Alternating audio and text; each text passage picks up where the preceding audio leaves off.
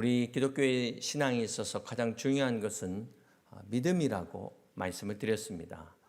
그렇다면 불교에서 가장 중요하게 여기는 단어는 무엇일까요? 잘 모르시겠지만 열이작이라고, 불교는 수행의 종교입니다. 불교나 유교의 영향을 받으신 본의 아니게 받다 보면은 우리가 구원을 얻기 위해서 뭔가를 해야 된다고 생각을 하게 됩니다. 선행을 하거나 아니면 열심히 수양해서 돌을 닦거나 그래야 구원을 받을 수 있다고 생각을 합니다. 그러나 인간의 죄 문제는 결코 인간이 해결할 수 없다는 것입니다. 그래서 우리 주님께서 이 인간의 죄 문제를 해결하기 위해서 우리 하나님께서 계획하시고 약속하신 그것이 바로 Old Testament 구약이고, 그 약속을 이루신 것이 바로 New Testament 신약인 것입니다. 오늘 주님이 우리 죄를 대신하기 위하여 십자가를 지시기 위해 예루살렘 성에 입성하신 종려 주일입니다. 사랑하는 성도 여러분, 여러분 이 예수님을 믿으십니까? 네. 여러분은 어떤 예수님을 믿고 계십니까? 자, 이렇게 물으면 대부분 예수님을 4대 성인 중 한 사람으로 믿고 있는 사람들이 있습니다. 네, 여러분은 어떠십니까? 여러분 그러시지 않겠죠? 네, 우리가 예수님을 믿는다는 것은 역사의 한 성인으로서의 예수가 아니라 하나님의 아들로서 이 땅에 오셔서 우리를 위해 십자가에 고난받으시고 부활하신 그 예수 그리스도를 믿는 것입니다. 근데 혹 아마 여러분들 중에 다 믿겠는데 부활만은 못 믿겠다, 혹 이런 분 계시지 않습니까? 저는 이 시간 그 단 한 분을 위해서, 그분이 오늘 이 시간을 통해서 부활하신 우리 주님을 만나는 그런 은혜의 시간이 되시길 주님의 이름으로 축복합니다. 저는 오늘 그 한 분을 위해서 설교하는 마음으로 이 자리에 섰습니다. 먼저 우리가 부활과 부활의 믿음은 다르다는 것을 기억해야 합니다. 이 부활이라는 역사적 사실과 그것을 믿냐 믿지 않냐는 것은 별개의 문제라는 것입니다. 왜냐하면 부활의 증거를 보고도 믿지 않는 사람이 있는가 하면, 이걸 보지 않고도 믿는 사람이 있기 때문입니다. 중요한 사실은 내가 믿지 않는다고 해서 부활의 역사적 사실마저 부인할 수는 없다는 사실입니다. 혹시 오늘 또 처음 나오시거나 처음 가정에서 예배 드리신 분 계실 텐데요. 제가 실험이나 관찰로 증명된 과학을 부인하지 않는다라고 지난번에 말씀을 드렸습니다. 생명의 기원을 이야기하는 창조론 뿐만 아니라 진화론도 사실상 그것을 증명할 수는 없기 때문에 이것이 과학의 영역이 아니라고 말씀을 드렸습니다. 여러분, 다윈의 종의기원이 1859년에 나왔죠. 그 종의기원 마지막 부분에 이렇게 다윈이 기록을 하고 있습니다. 지금까지 제시한 이론을 인류에게도 적용한다면 인류의 기원이나 역사를 이해하는데도 서광이 비칠 것이다 하면서 종의기원이 끝이 납니다. 그리고 12년 후에 인간의 유래라는 또 새로운 책을 출간하게 되는데요. 다윈이 여기서 인류 기원에 대한 진화를 주장하게 됩니다. 그러니까 이 다윈의 진화론이 하나님의 존재를 부정한 추론과 추정에서 출발하고 있다라는 것을 우리가 알 수 있다는 것입니다. 이 다윈은 인간의 정신도 오랜 시간에 걸친 진화의 결과라고 주장을 합니다. 여러분 어떻게 생각하세요? 그런데 이것을 마치 객관적인 과학처럼 설명하고 있다는 거예요. 진화론에서 주장하는 논리는 간단합니다. 무조건 오랜 시간이 지나면은 변한다는 이 증거를 가지고 변할 수 없는 것까지도 몇십억 년이 지나면은 변한다. 이게 진화론이에요. 몇십억 년이라는 것이 우리가 속는 거예요. 이건 과학이 아니라 신앙인 것입니다. 이건 믿음의 영역이라는 거예요. 결국 하나님을 부인하는 자들의 믿음이 진화론이란, 저는 이것을 말씀드리고 싶습니다. 결론적으로 진화론자들은 성경보다 다윈이라는 그 한 사람의 이야기를 더 믿는 것입니다. 이것이 바로 인본주의에서 시작된 과학 만능주의, 물질 만능주의만 있는 게 아니라 과학 만능주의의 영향이라는 것입니다. 사랑하는 성도 여러분, 이 세상은 변하는 게 있지만 변하지 않는 것도 있습니다. 그게 바로 우리의 영이고요. 이 세상은 하나님이 창조하신 이 세상인 것을 믿으시기를 바랍니다. 변할 수 없는 사실이에요. 무신론자들 중에서 이 불가지론자들 같은 온건한 사람들도 있습니다. 이들은 무신론자들과는 다르게 신이 존재하는지 안 하는지 잘 모르겠다. 참 솔직한 사람들이죠. 그나마 겸손한 사람들입니다. 대표적으로는 영국의 철학자 버틀란트 러셀이 있는데요. 그는 이런 말을 했어요. 자신이 죽은 후에 만약 하나님이 왜 믿지 않았냐 그렇게 묻는다면 나는 이렇게 대답할 것이다. 하나님이 충분한 증거를 주지 않았기 때문에 내가 믿지 않았다고 나는 이야기할 것이다. 이렇게 이야기하고 죽었어요.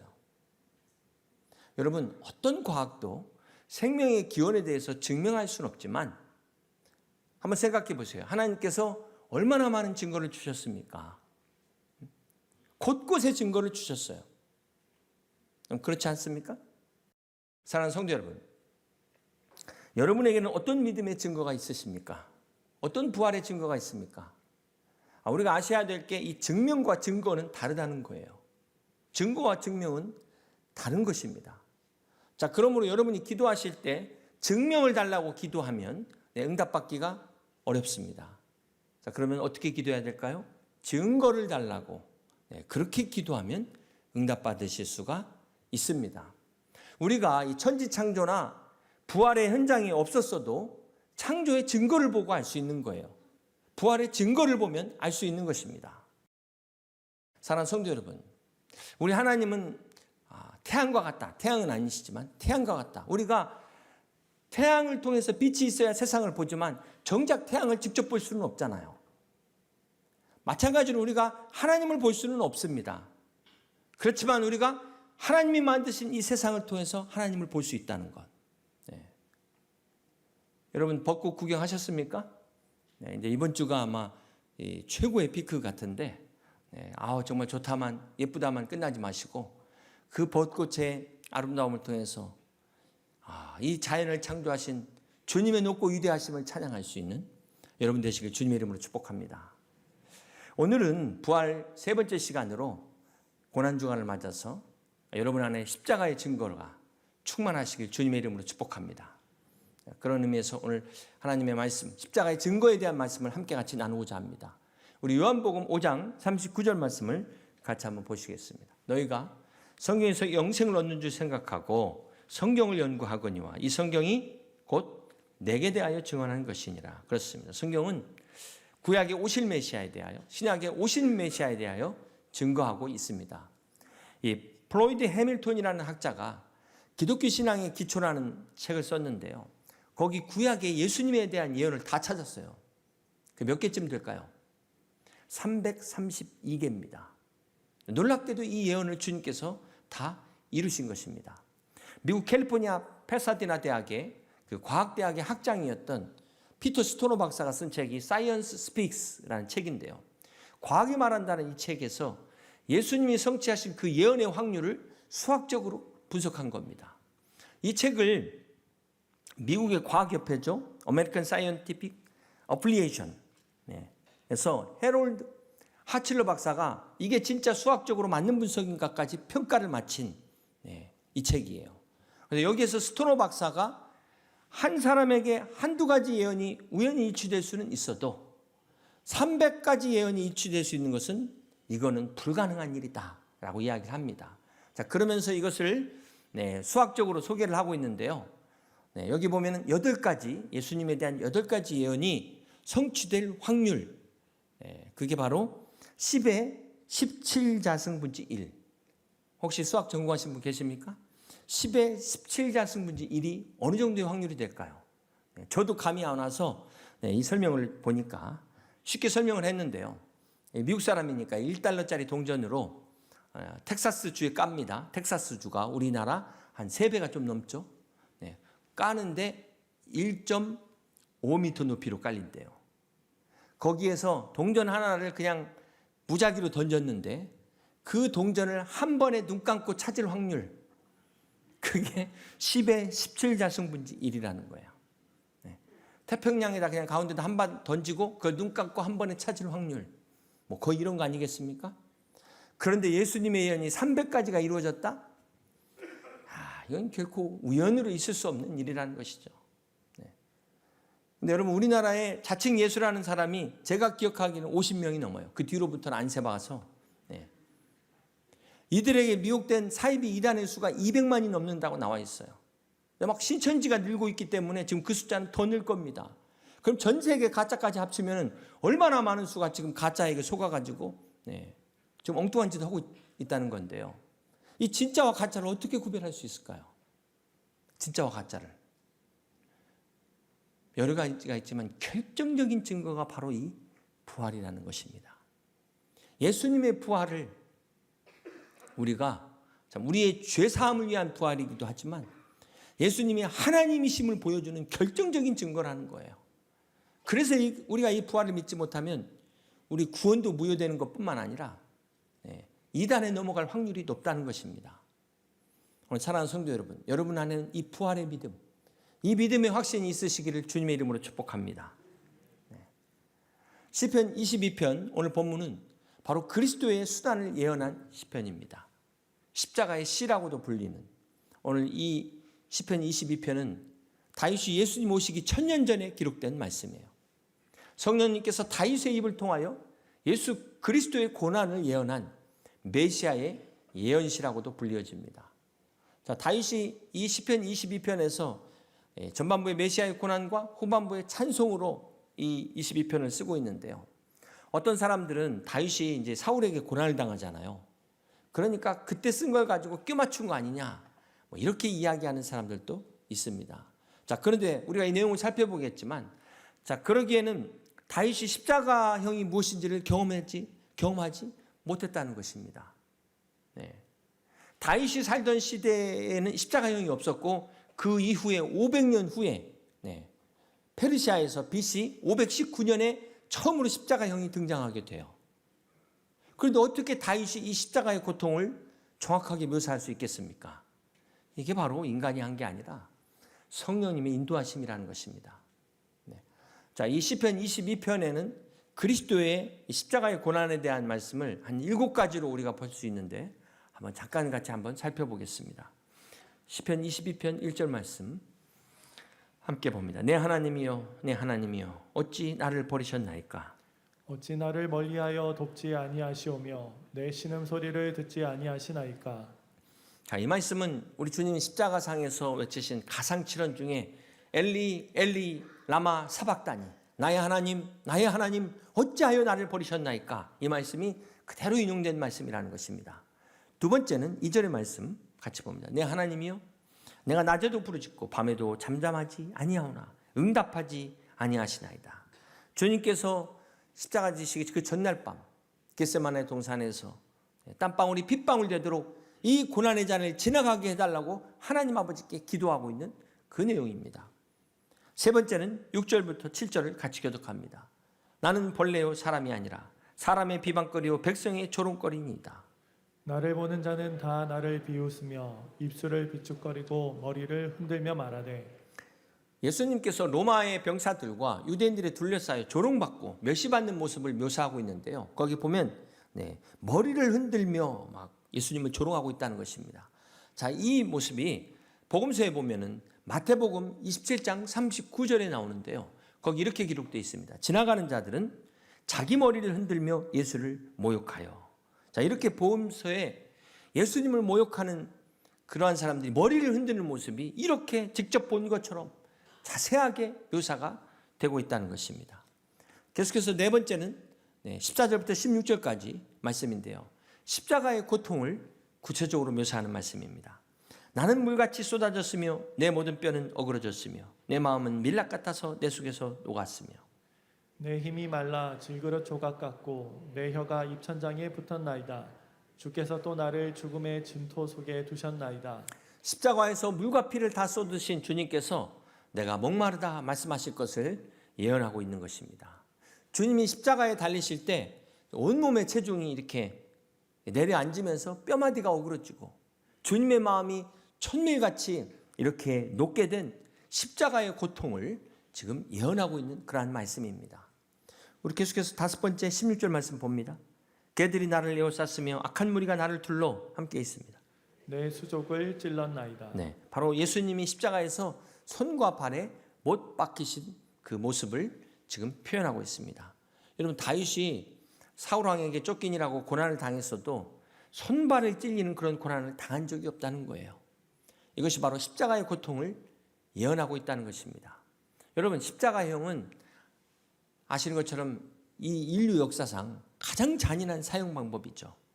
이 로마 제국은 죄를 지은 노예나 반역자들에게 이 십자가형을 선고했지 로마 시민권자들에게는 이 십자가형을 선고하지 않았습니다.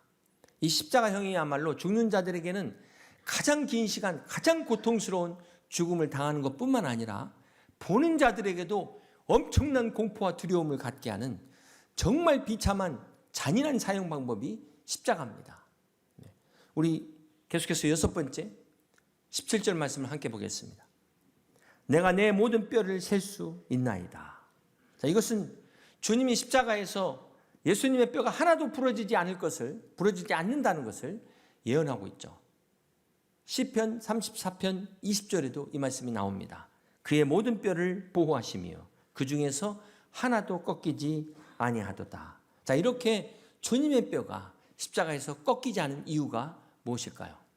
요한복음 19장 33절부터 36절까지의 말씀 함께 같이 봅니다.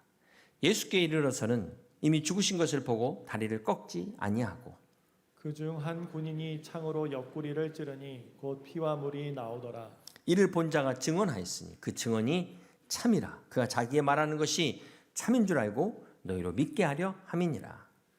이 일이 일어난 것은 그 뼈가 하나도 꺾이지 아니하리라 한 성경을 응하게 하려 함이라. 이 일이 일어난 것은 그 뼈가 하나도 꺾이지 아니하리라 한 성경을 응하게 하려 함이라. 자, 이렇게 주님의 모든 말씀과 모든 행동이 다 이 구약의 예언을 이루시기 위함이라는 것입니다. 이것이 우리에게 증거라는 것입니다. 유대인들은 다음 날 이 안식일까지 예수님의 시체를 이 십자가에 매달아 둘 수가 없어서 군인들을 시켜서 다른 두 강도의 다리를 꺾게 했습니다. 그런데 주님은 이미 숨을 거두신 것을 확인했기 때문에 다리를 꺾지 않았다는 것입니다. 이 다리를 꺾는다는 게요, 큰 망치로 다리뼈를 치는 건데요, 그럼 뼈가 부서지지 않겠습니까? 피를 많이 흘리게 될 뿐만 아니라 이 십자가에 못 박힌 죄수가 어떻게 버티냐면은 이 몸 체중을 지금 손에 박힌 못과 발에 박힌 못에 이 체중이 실려 있지 않습니까? 이게 중압감으로 해서 숨을 못 쉬기 때문에, 그래서 숨을 쉬기 위해서 몸을 이렇게 세워야 되는 거예요. 이렇게 세우는 순간 이 발의 못과 손의 이 못자국에 어마어마한 통증이 오는 거죠. 그런데 다리 뼈가 부러지게 되면은 몸을 세울 수가 없기 때문에 숨을 쉴 수 없어서 더 빨리 죽게 되는 것입니다. 이게 십자가의 고통이에요. 그런데 우리 주님은 바로 예언대로 흠없는 어린 양으로 우리 죄를 대신하셨기 때문에 그 뼈가 하나도 꺾이지 않았다는 것입니다. 이것이 6번째 증거고요. 마지막 7번째는 18절 말씀입니다. 내 겉옷을 나누며 속옷을 제비 뽑나이다. 여러분, 다윗의 생에 있어서 그가 속옷을 뺏겼다는 적이 한 번도 없어요. 왕이 속옷 뺏길 일이 어디 있겠습니까? 자, 이 말씀도 바로 그리스도에 대한 예언의 말씀이라는 것입니다. 요한복음 19장 23절부터 24절까지의 말씀 함께 같이 교독합니다. 군인들이 예수를 십자가에 못 박고 그의 옷을 취하여 4깃에 나눠 각각 한 깃씩 얻고 속옷도 취하니 이 속옷은 호지 아니하고 위에서부터 통으로 짠 것이라. 군인들이 서로 말하되 이것을 찢지 말고 누가 얻나 제비 뽑자 하니 이는 성경에 그들이 내 옷을 나누고 내 옷을 제비 뽑나이다 한 것을 응하게 하려 함이로라. 자, 이는 성경에 그들이 내 옷을 나누고 내 옷을 제비 뽑나이다 한 것을 응하게 하려 함이니라. 그렇습니다. 사랑하는 성도 여러분, 우리 예수님은 죄 없으신 하나님의 아들로 우리 죄를 사하시기 위하여 오신 메시아이심을, 그리스도이심을 믿으시길 바랍니다. 시편의 22편에 예언하신 이대로 오셔서 십자가의 고난을 담당하셨습니다. 모태신앙으로 기독교 집안에서 태어나서 자란 어떤 사람이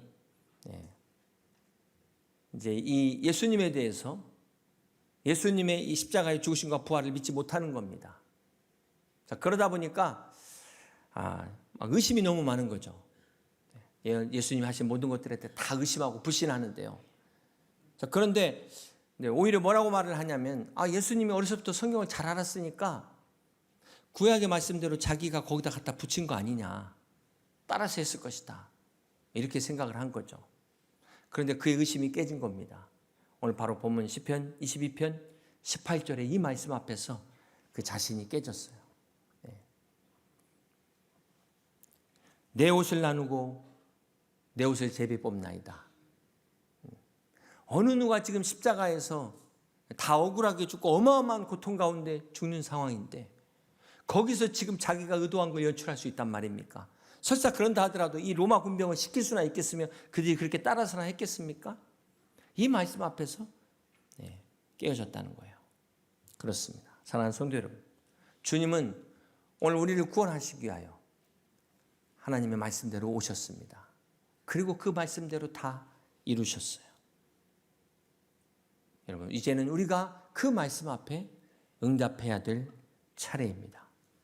사랑하는 성도 여러분, 이제 이번 고난주간을 맞아서 오늘 제가 여러분을 대신하여 질문합니다. 왜 주님께서 십자가에서 이 물과 피를 다 쏟으셔야 했습니까? 왜 주님의 마음이 이 십자가의 엄청난 고통으로 천밀같이 녹아지게 되셨습니까?